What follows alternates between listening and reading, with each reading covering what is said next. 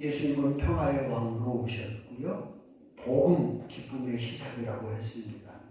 그러면 정말 예수님께서는 어떻게 복음, 기쁨을 만들어 가고 계시는지를 우리가 좀 한 1년을 살펴보고요. 여러분들도 꼭 2024년에는 복음의 시작, 행복한 삶이 여러분들의 삶에서, 가정에서 경험되기를 주의 이름으로 축복을 드립니다. 누가복음입니다. 누가복음 8장 22절부터 25절 말씀 교독하도록 하겠습니다. 누가복음 8장 22절에서 25절입니다. 하루는 제자들과 함께 배에 오르사 그들에게 이르시되 호수 저편으로 건너가자 하시매 이에 떠나 잠이 드셨더니 마침 광풍이 호수로 내리치매 배에 물이 가득하게 되어 밑에 앉으라. 제자들이 나와 깨우며 이르되 주여 주여 우리가 죽겠나이다 한데 예수께서 잠을 깨사 바람과 물결을 꾸짖으시니 이에 그쳐 잠잠하여 지더라. 제자들에게 이르시되 너희들이 어디 있느냐 하시니 그들이 두려워하고 놀랍게 여겨 서로 말하되 그가 누구에게 바람과 물을 명하여 순종하는가 하더라. 예수님 당시도 살기 힘들 시대라고 여러 차례 말씀을 드렸습니다. 이스라엘은 정치적으로 로마의 속국이었고요. 경제적으로는 과중한 세금으로 고통이 심했습니다. 반란이 일어날 만큼 힘들었습니다. 사회적으로는 출산한 여인에게 방 하나 빼주지 않을 만큼 각박한 세상이 바로 이스라엘의 민심이었습니다. 이런 시대에 살아주셨던 예수님은 어떻게 복음의 시작, 기쁜 소식을 예수님은 어떻게 만들어갔는가? 우리도 이 비결을 배우셔서 내 삶이, 목사님, 내 삶이 안 그런데요? 예, 그렇습니다. 그런데 그 삶의 현장에서 여러분들이 복음, 기쁜 소식을 만들어내는 예수님의 제자들이 되시기를 주님의 이름으로 부탁을 드립니다. 첫 번째 22절의 말씀 보십시오. 예수님께서 호수 저편으로 건너가자고 하십니다. 예수님은 가시고자 하는 분명한 방향이 있었습니다. 마찬가지입니다. 나에게도 목표가 분명히 있어야 합니다. 물놀이와 수영은 다른 겁니다. 수영은 목적이 있습니다. 운동이다, 스피드, 시간을 단축하겠다 하는 목적이 분명합니다. 이 목적을 이루기 위해서 배우기도 하고 개선하기 위해서 코치를 찾아가기도 하고 노력을 합니다. 여기에서 얻는 기쁨이 있습니다. 그러나 반면에 물놀이는 1년에 한두 번 경험하는 것으로 끝납니다. 수영은 그렇지 않습니다. 매일 이러한 훈련을 통해서 또 운동을 통해서 이 기쁨을 경험하게 됩니다. 그래서 운동은 중독성이 있습니다. 맛을 알으면 계속하게 되는 거라는 거죠. 목표가 있어야 된다는 겁니다. 그 목표치가 있어야만 내가 평가를 할 수 있다는 거죠. 내 목표가 있어야 된다. 사도 바울도 그런 말씀을 하셨습니다. 표대를 향하여 달려가노라. 사도 바울은요, 사람들의 박수에 기대를 하지 않았습니다. 사람들로부터 또 주변 동역자들로부터는 많이 따돌림도 받으셨던 분이 사도 바울이십니다. 그런데 사도 바울에게는 분명한 목표가 있어요. 당연히 있어요. 나는 하나님으로부터 상을 받기 위해서 나는 달려간다. 네, 달리다 보면 나를 야유하는 사람도 있고 뭐 여러 가지 어려움도 있겠지만 개의하지 않는다는 거예요. 그런 거에 다 개의하면 어떻게 목표치를 가겠어요? 개의치 않는다. 나는 하나님을 상을 향해서 나는 표대를 향하여 달려간다라고 사도 바울은 목표를 분명히 하고 있는 것을 만날 수가 있습니다. 23절입니다. 제자들이 그 목적지를 향하여 가는 도중에 뭘 만나느냐?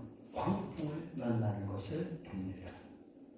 살아가면서 어려움을 당하지 않고 살아가는 사람은 이 지구상에 단 한 명도 없습니다. 믿는 사람이든 믿지 않는 사람이든 누구나 한 번쯤은 장애물을 만나게 되어 있어요. 장애물 없이 가는 사람이 어디 있겠어요? 누구나 장애물을 만나게 되어 있습니다. 그런데 이제부터가 중요합니다. 여기서부터 이제 뭐가 분류가 돼요. 뭐냐면 장애물에 넘어지는 사람은 실망하게 되는 거고, 장애물을 극복하는 사람은 기쁨을 경험하게 되는 거죠. 분류가 되는 거예요. 이거는 믿는 사람이나 믿지 않는 사람이 똑같은 거예요. 사람이 살아가다 보면 분명히 목표를 향해서 가게 되는데 어떤 장애물은 나타나게 돼 있어요. 근데 그 장애물을 만났을 때 넘어가느냐, 넘어가지 못하느냐에 따라서 분류가 된다. 어떤 사람은 괴로워하는 사람, 어떤 사람은 기뻐하는 사람이 된다. 이것을 우리가 표현하면 성공했다, 실패했다, 뭐 이렇게도 볼 수가 있는 거죠. 장애물에 걸려서 실패했다, 장애물을 딛고 성공했다라고 이야기할 수도 있는 것입니다.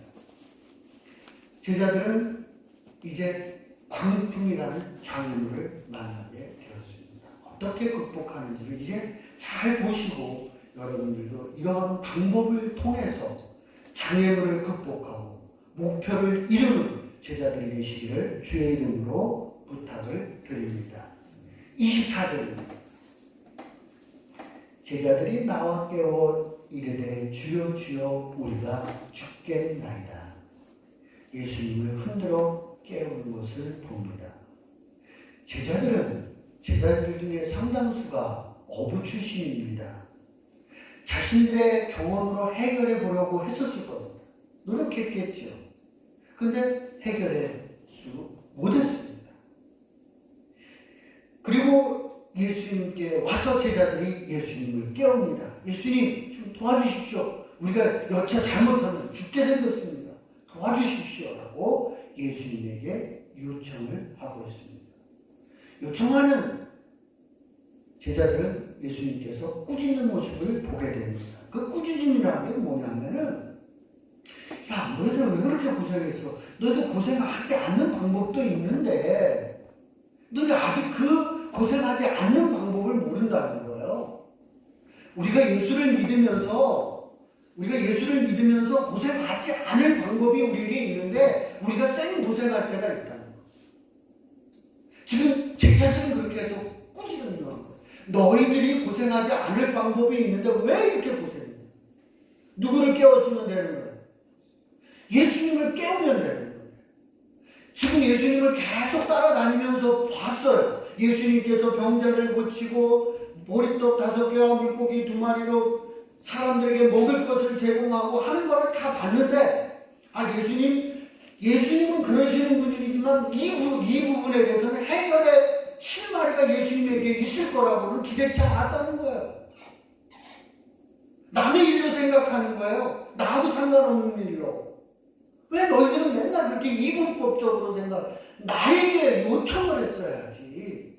내가 너 옆에 있는데, 네가 나를 예수로 믿는데 너는 왜 나에게 요청하지 않고 너는 이 고생 네 힘대로 해보려고 그렇게 몸부림을 치느냐라고 예수님께서 제자들을 꾸짖고 있는 것입니다.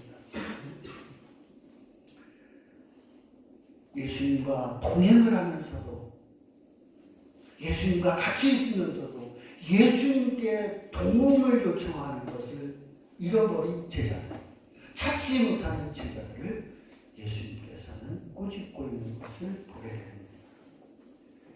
25절 말씀 보겠습니다. 제자들은 두렵게 여기며 놀랍게 여기더라. 제자들 너무 놀라서 두렵기까지 했다는 말이에요. 요즘 말로 소름 돋았다, 그런 얘기예요. 너무 놀라. 자연을 갖다가 이렇게 말로써 하시는 거라고는 사람이 상상할 수 없는 일이잖아요. 그 일을 경험했으니 소름이 돋겠죠. 너무 놀라서 깜짝 놀랐어요. 아, 예수님은 이런 능력도 있으신 거를 이때 깨달았다.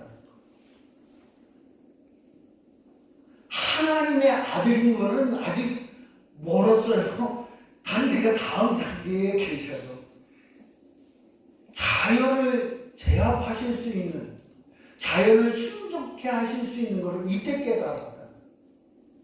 그래서 제자들은 소름이 돋았다라고 표현을 하고 있습니다. 예수님이 여러분과 함께하면 놀라운 일을 여러분은 경험할 수가 있습니다. 여러분도 예수님께 부탁하면 예수님의 도움을 받을 수가 있습니다. 여러분들의 장애물을 놓고 그렇게 너무 애쓰지 말고 하나님 앞에 맡기면서 한 걸음씩 나가는 제자들이 되시기를 주의 이름으로 축복을 드립니다. 정치, 경제, 사회, 가정 모든 조건이 갖춰져야 행복해지는 것이 아닙니다. 정치, 경제, 사회, 가정 모두가 완벽해졌어요. 근데 내 몸이 아프면 안 행복해. 그러지 않아요. 우리가 얘기하는, 사회에서 얘기하는 모든 것들을 또 다 내가 가지고 있어. 근데 관계가 깨졌어. 그러면 또 행복해지지 않는 거예요. 그러죠? 그러니까 사람들이 얘기하는 모든 것이 내가 다 가지고 있다고 해서 행복이 나에게 찾아오는 것은 아닙니다. 그러나 누가 봐도 행복해질 수 있는 형편이 아니야. 기뻐할 만한 상황이 아니야. 그런데 그런 사람이 예수님을 만나면, 예수님을 믿으면 그 사람에게 무엇이 생기느냐? 행복이, 기쁨이 생기게 되는 줄로 믿습니다. 이게 복음의 능력이에요. 세상이 주는 것이 아니라 예수님이 주시는 복음의 능력, 예수님을 만나고 예수님을 믿었을 때 그 예수님이 주시는 기쁨, 행복, 평화를 여러분도 경험하시는 2003년이 되시기를 주의 이름으로 축복을 드립니다.